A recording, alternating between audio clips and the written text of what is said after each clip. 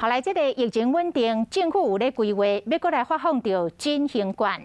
行政院长苏贞昌讲，第一波会先帮忙，互这个病毒饲治甲真凄惨的四大产业：餐饮、零售、旅馆、大卖，甲这个民俗以及艺文展演。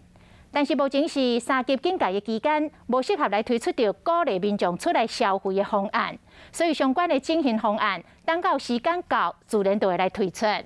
也毋过对照着去年的3倍券，今年这笔钱要安怎来发放呢？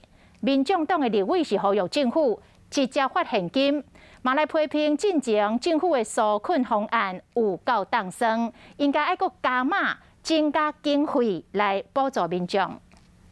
去年为疫情，政府推出3倍券，今年国内疫情欠悬，3级的警戒维持2个多月。行政院规划国发振兴券，不过民众党的立委建议发现金。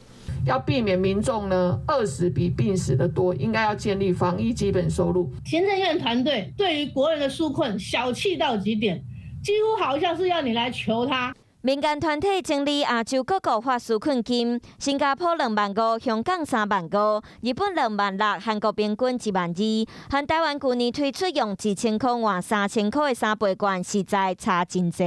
我们应该环顾全世界，向全民发放现金是最有效、最快捷的方式。每一个月发1万或1万5，然后儿少呢发5000。